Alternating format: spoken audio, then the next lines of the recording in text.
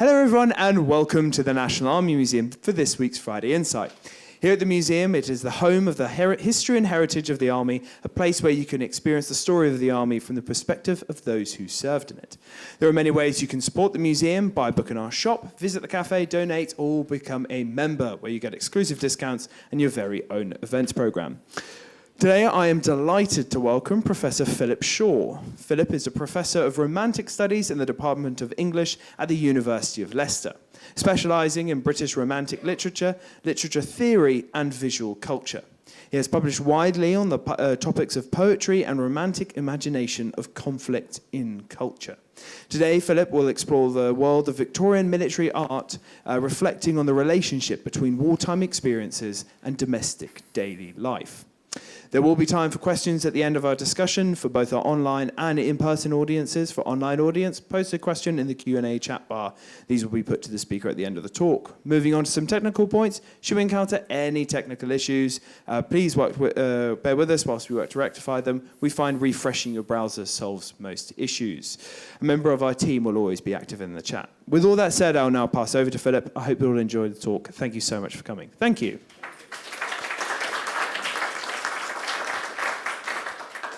Well, thank you, Tom, and thank you to all of you for coming today.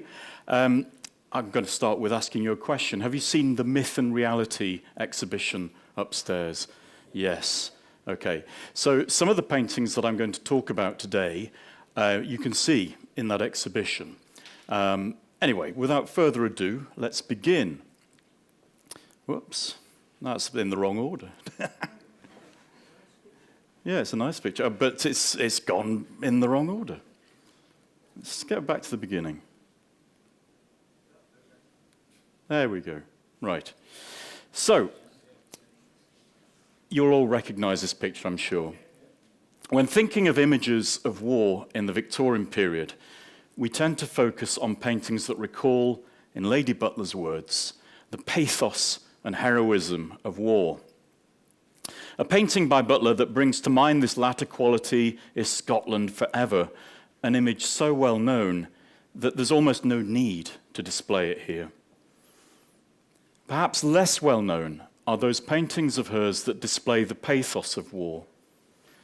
Works such as Calling the Roll after an engagement, Crimea, or Remnants of an Army portraying William Bryden arriving at the gates of Jalalabad. In these paintings, Butler emphasizes the debilitating effects of conflict on rank and file soldiers. Not, I should emphasize, out of a desire to undermine public support for Britain's overseas campaigns, but rather to instill awareness of the sacrifices made by such men. And the emphasis in Butler's works is predominantly on the sacrifices made by soldiers, with little attention given to the effects of war on civilians. On these far-flung battlefields, war is kept at a distance, to adapt the literary critic Mary Favourite's helpful phrase. There are few, if any, traces of the impact of war on the domestic sphere. Now, this is not always the case when attention turns to other notable images from the period, and in this lecture, I'm going to consider a range of paintings and photographs that work hard to destabilize the idea that war was an affair that took place exclusively over there, and that boundaries between military and domestic life could be so easily distinguished. So to pave the way for this discussion, I'd like to begin this lecture with a look at some earlier representations of wartime sacrifice, distinct in kind from Butler's focus on the common soldier. At Tate Britain, there is a large-scale history painting dating from the latter half of the 18th century that tells us much about the formation of attitudes to the suffering of soldiers and civilians in times of war. At the center of the canvas, the regimental flags lean forwards, cresting the gilded statue of George II in the smoke-shrouded marketplace. Below the flags, a group of British soldiers bear the body of their commanding officer, who's just been shot in the heart by a musket ball. Seemingly oblivious to the dangers of the surrounding battle, the men regard their fallen comrade with a look of tender concern.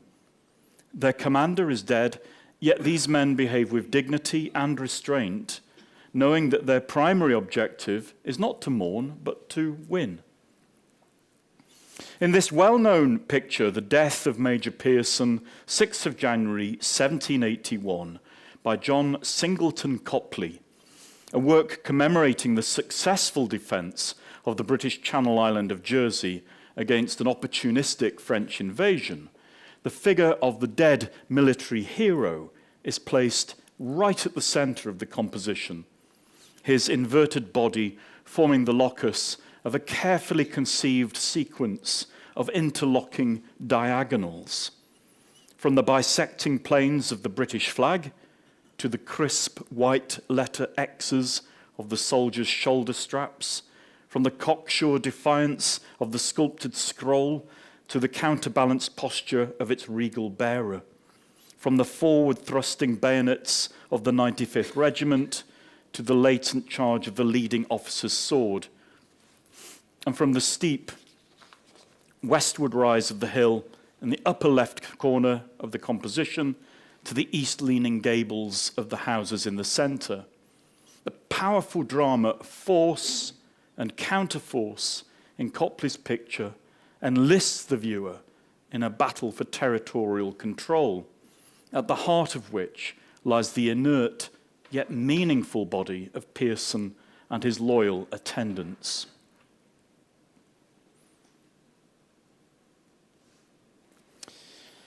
As with almost every element in the picture, the tableau in the foreground is informed by an overriding sense of geometrical dynamism.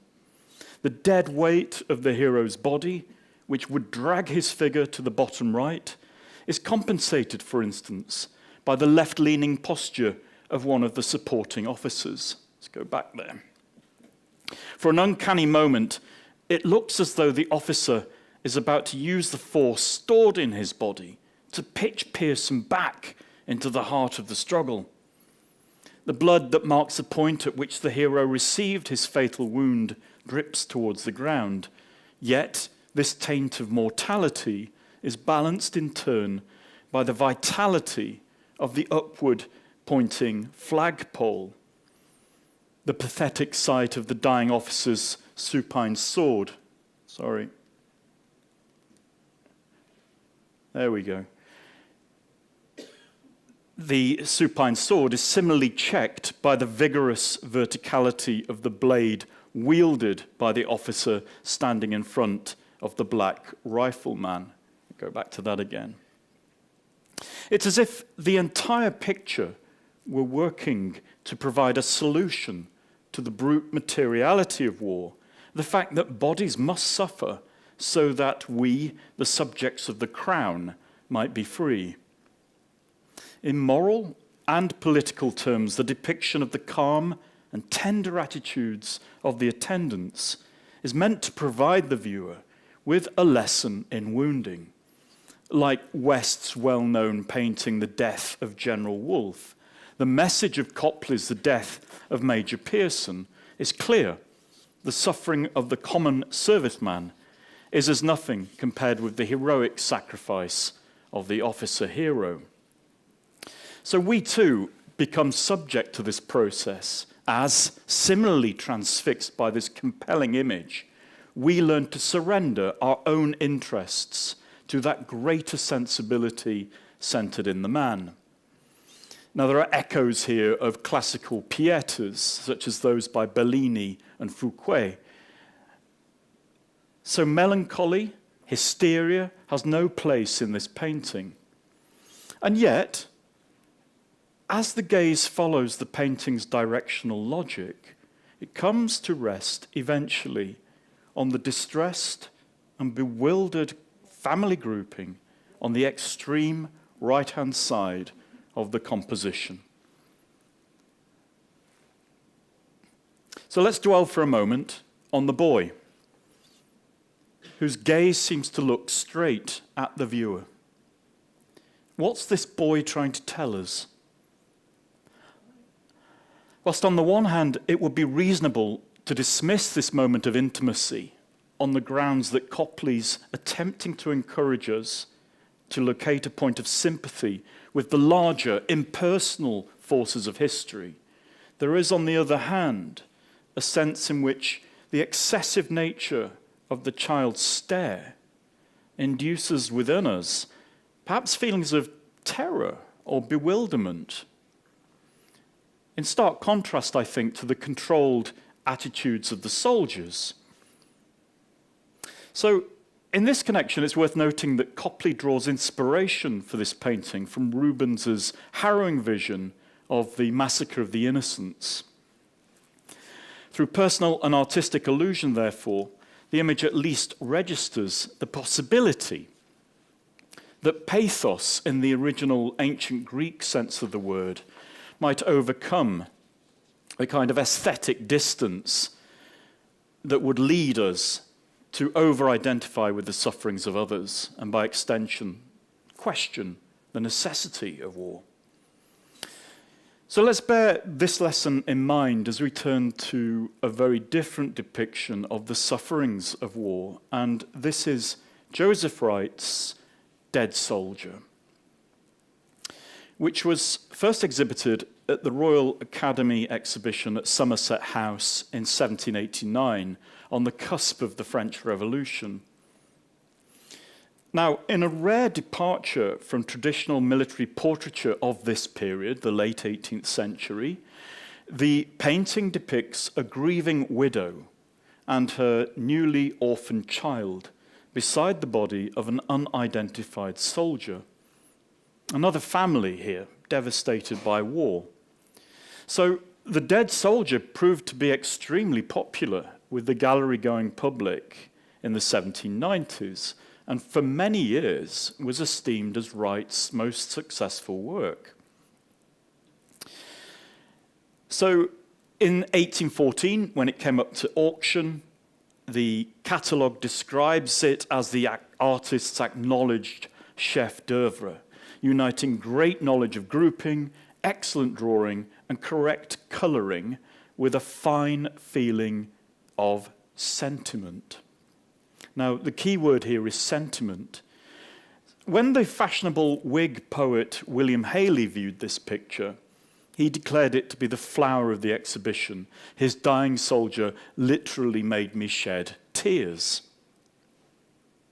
Now, I'd venture to suggest that what Haley responded to in this painting was its pathos, an effect created by the juxtaposition of the warlike scenes to the right of the painting and the threatened domestic scene at its centre. Now here you can see how Wright emphasises that contrast by comparing the earlier and later versions of the painting. See, in this version on the right, the light from the battlefield is much more pronounced. The colours are more intense. Also, you can just about make out the wheel of a cannon there. So, how should we respond to the arresting gaze of the child? It's possible that Wright may have desired his audience to respond to the orphan's gaze with an attitude of parental concern. This love for children, as the 18th century moral philosopher Francis Hutchinson argues, makes them parts of ourselves. And wherever we find a determination to mutual love, let each individual be looked upon as part of a great whole or system and concern himself in the public good of it. So the argument here from Hutchinson is that by exercising our capacity for mutual love, the child, the orphan, will be returned cared for within the bosom of the nation, protected from further violation. And such a reading might well explain William Haley's sentimental tears, a man who, despite his opposition to the war in America, could yet regard military painting as an important instrument for the dissemination of patriotic feeling. So, for all its pathos and horror, and there is something grisly, I think, about this painting, this later version, isn't there? For all its pathos and horror, one might argue that the dead soldier provides sentimental compensation for war, with the orphan child functioning as a spur to social unification. The part will be returned to the whole. But again, pausing for a moment, I think there's something excessive about the child's gaze. Because unlike Wright's earlier works, or for that matter, unlike this family grouping from 1760, there's no representation within the picture that will serve as a model for the resurrection of the public good. In the absence of such a model, the viewer outside the frame is forced to look inwards. And what does this viewer find? In the highlighting of the mother's breast, a disturbing eroticism, militating against the transcendence of the sensual. In the attention given to the makeshift shelter, a model perhaps of the temporary or vagrant nature of the domestic sphere. And in the dead soldier's gangrenous hand, clutched by the fingers of the child, an image of the destruction of paternal care. So it's a difficult painting to read, I think, and for whatever reason, Wright felt moved in this version of the painting to go beyond the discourse of sentiment as we gaze on this painting's stark presentation of a decaying body, both the decaying body of the soldier and, by extension, the decaying body that is the family in wartime. The discourse of sentiment works hard to overcome creeping sensations of pain, terror, and disgust. So, in The Dead Soldier, I would suggest, we can no longer consider the opportunities that war presents for the exercise of private virtue. Instead, we're brought into an uncomfortable encounter with the underlying matter of war, its investment in waste and ruin, and the reciprocal destruction of human beings. Well, let's turn now to a sequence of paintings that work hard to counter Wright's somewhat mordant vision of battle and warfare and its impact on the family. And the first painting here is Noel Patton's Home, The Return from Crimea. Completed in 1859, the painting is located in the home of a returning soldier. Not an officer, but a lowly corporal, tired and weary, his worn-out shoes signifying the labours he's endured. The soldier is embraced by his wife and mother. And there, just beyond the mother, a baby looks towards the viewer.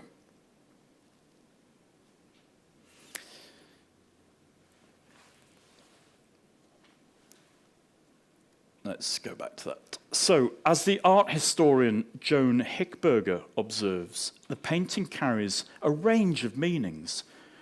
Let's go back to it. No, sorry, this clicker is foxing me. There we go.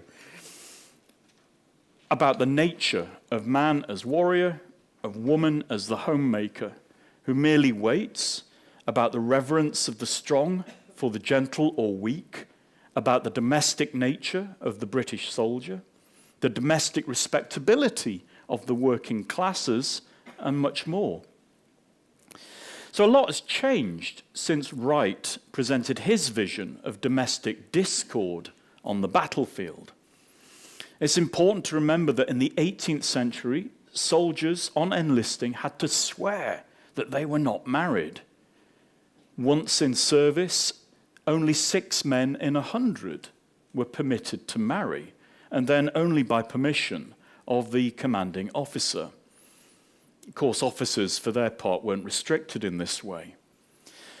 But by the mid-19th century, our period, the Victorian period, Rising concerns over sexual immorality in the army led to the construction of a new military type, a focus on the common soldier as heroic, patriotic, and most importantly, married. These domesticated working-class warriors appear increasingly in post-Crimea paintings.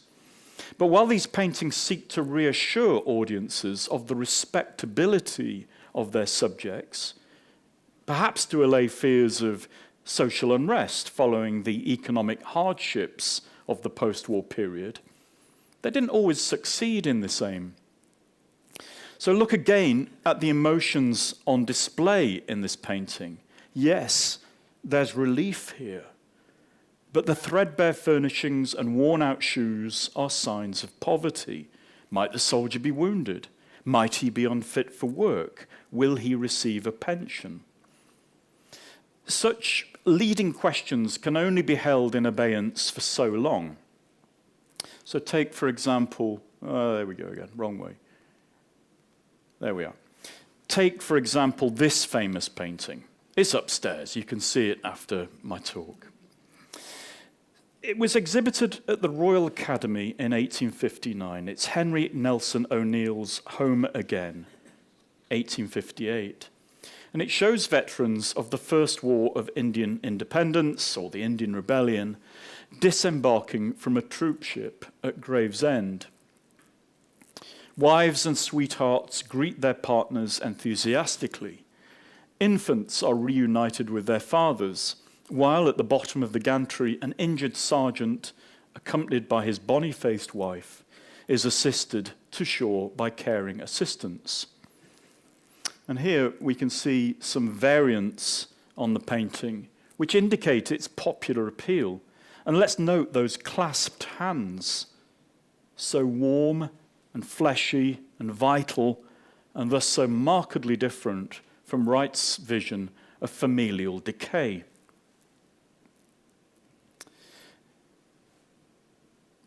There's some other variants here to show you. You can also see Returning Home upstairs, which was a study for the larger painting. Conceived as a companion piece to this painting on the left here, Eastward Ho, Home Again portrays the working-class soldier and his family as united, prosperous, and respectable. No one in this scene is ragged or poor, and the non-commissioned officer is instantly recognizable as a reliable, intelligent, morally responsible member of his class. Still, O'Neill's picture proved too much for the Athenaeum, a literary journal, critical journal of the time, which observed that Home Again is not true. The sick and wounded soldier is sent home like a piece of live lumber and duly drafted to the depot or the hospital. His return is generally unknown until after his arrival. And the crowding down of relatives and friends to greet him on the landing is too generally a myth. Broken health and penury to be abjured in obscurity are all that remain. In a word, the sentiment of Eastward Ho was heroic and elevating, and that in Home Again is depressing. So as Joan Hitberger notes, the review here is remarkable in attacking a painting on the criterion of truth. The painting is not true because it idealizes an event, but at the same time it's undesirable because it's conjuring up these depressing ideas about what will happen to these soldiers in reality. So a picture that appeared better adjusted to the requirements of mid-century tastes is John Dalbiac Luard's Nearing Home, 1858. And here we can see a distinguished-looking officer, presumably, again, a veteran of the war in India, described by one contemporary viewer as still, languid, and listless, with Indian wounds.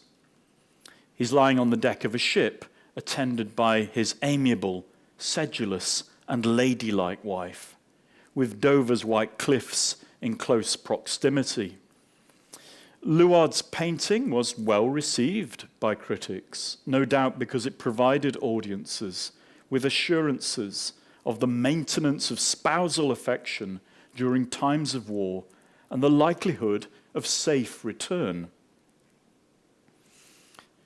Now, this one is probably more familiar to you. This again is upstairs in the Myth and Reality exhibition.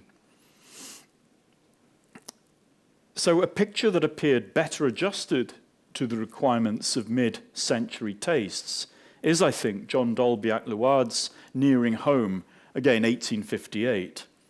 And here, a distinguished-looking officer, most likely the artist's brother, actually, of 77th Regiment of Foot, who'd served in India and the Crimea. He's described here by one contemporary... sorry, I'm losing my spot here. So it focuses on it's a welcome arrival, and it focuses on a party of men in the Crimea. And here, camaraderie is established by the sharing of a package, a newly opened crate of preserved foods and tobacco from England. And I think that's meant to be the artist, and the officer standing there is probably his brother from the 77th. So where earlier romantic paintings foregrounded the devastating effects of the commingling of the domestic and military spheres, a welcome arrival presents the front as an extension of the home.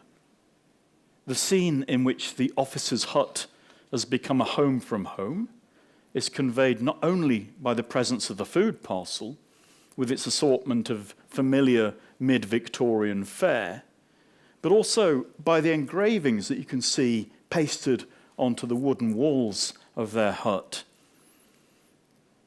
They're turning their hut, in many ways, into a kind of extemporary art gallery. Isn't it interesting, that sort of way that these pictures, taken from the Illustrated London News, have been incorporated into the painting? So another art historian, Ulrich Keller, says that here, in these pictures on the wall, the subject matter cherished in the field is domestic rather than military.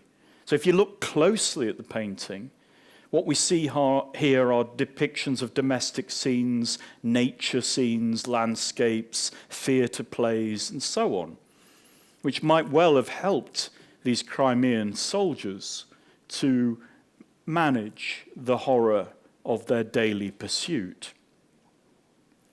Another way of thinking about this, if they're turning this battlefield hut into a home from home, has it got something to do with the feminization of the battlefield? The fact that these pictures have been taken from the commercial press also provides us with some insight into the effects of the widespread dissemination of war imagery in the age of mechanical reproduction, where images of war were once the sole preserve of a moneyed elite. You had to go to the gallery to see them. Now, through publications like the London Illustrated News, they've become widely available. So, moving forward, it was, of course, the invention of photography that brought images of war to the purview of the masses, in effect, democratizing the consumption of art on account of its affordability. But while photography made images of war more readily available to the public, their social impact was not necessarily straightforwardly progressive. Take, for example, Roger Fenton's portraits of Crimean officers, with their comforting portrayals of class deference and the maintenance of social etiquette on the battlefield. Most notoriously, the photographer's views of Crimean battlefields, captured in the aftermath of conflict, are strikingly devoid of content. We search in vain in these images for any sense of the deprivations experienced by soldiers fighting in the batteries and trenches. Nor, for that matter, do we gain any insight into the conditions of the sick and the wounded, notwithstanding the fact that the miseries of the field and the hospital tents were, as a result of William Russell's reports in the Times, common knowledge. Thus, while the general public were able to read about suffering, they were not permitted to see suffering. But while photographic images of dead and injured men were banished from public consciousness, one notable viewer, Queen Victoria, took a keen interest in witnessing the condition of those men who, though wounded, were lucky enough to have returned.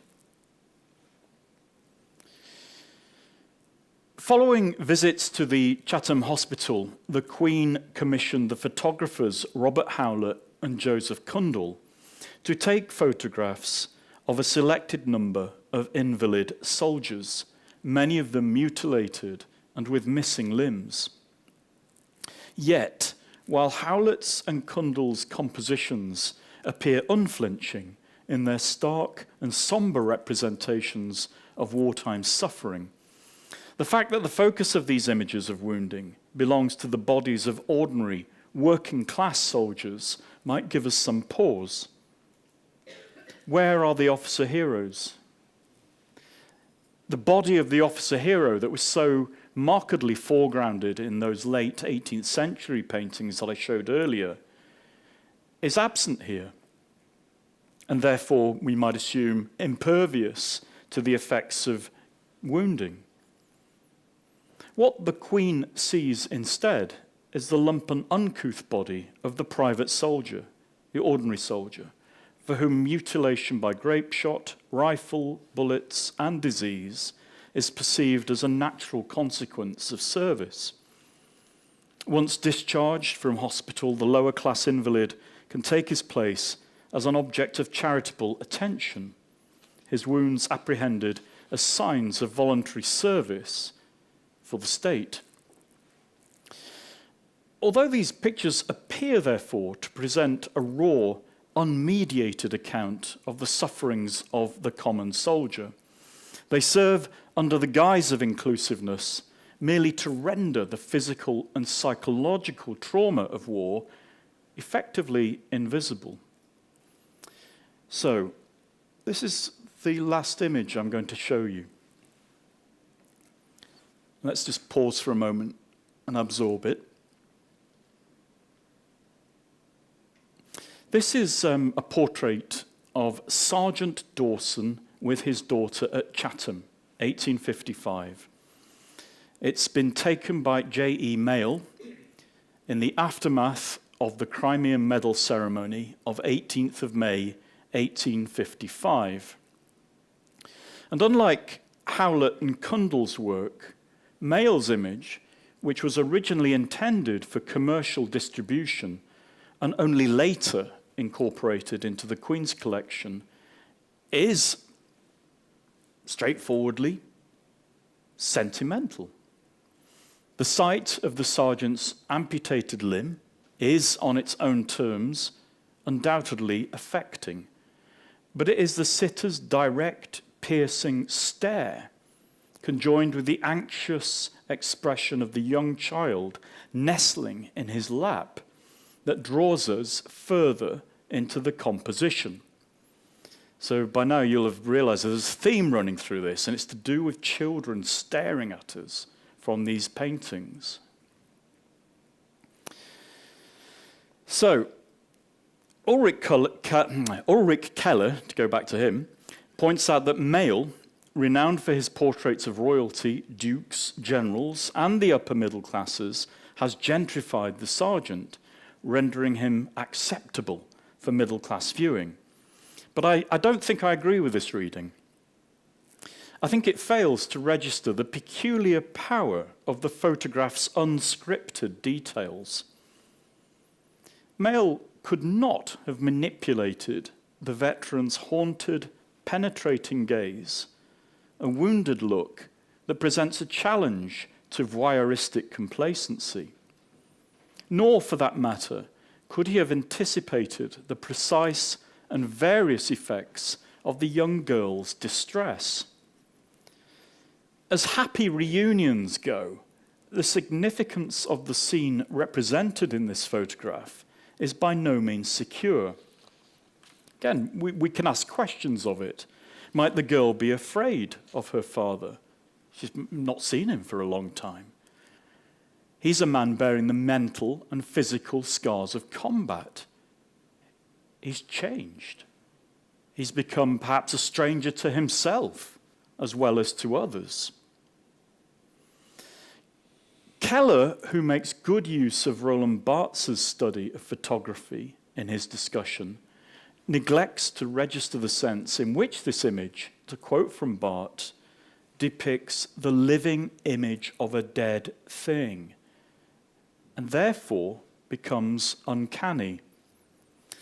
Near the beginning of his powerful and compelling study of the photographic image, Camera Lucida, Barthes informs his readers that he is, quote, a spectator interested in photography only for sentimental reasons. I wanted to explore it not as a question, but as a wound. That word sentiment is cropping up a lot in this talk, and what I'm trying to argue here is that we often dismiss sentiment as something that is not rigorous, distracting, it's casting a veil over our eyes. What I'm trying to suggest here with this, and the right painting perhaps, is that sentiment has a kind of radical force to it. If we start to feel something with a painting, something or a photograph, something that wasn't intended necessarily, but nevertheless we feel, then some work is being done, work that might be used to kind of question warfare. So Barthes sees photography as a kind of wound because it reawakens, brings back to life the dead in a kind of spooky way. If we respond to Mayall's portrait sentimentally, then we do not necessarily diminish its historical specificity. And time, I think, is precisely what's at issue in a picture like this. Because photographs present us with an account of what has been. This man and this girl were here, and an indication of what will have been. This man and this girl are no longer here. So what do we see when we look at Sergeant Dawson and his daughter? Do these long deceased, yet eerily alive figures not compel us to acknowledge the power of the photograph to haunt the present? I think with Mayall's photography, we reach the point where the depiction of domesticity and intimacy in Victorian art becomes truly unsettling. And for me, grief and suffering resonate in this image more so than could be portrayed in any painting from the period. So it's with this bold and I'm sure quite controversial claim that I'm going to end, and I'll just leave you with some images of books. That's one of mine. That's rubbish. The one in the middle is the Keller book that I've been referring to, and Joan Hickberger's Images of the Army, which is a really excellent resource. So that's where I finish. And I'm happy to field questions.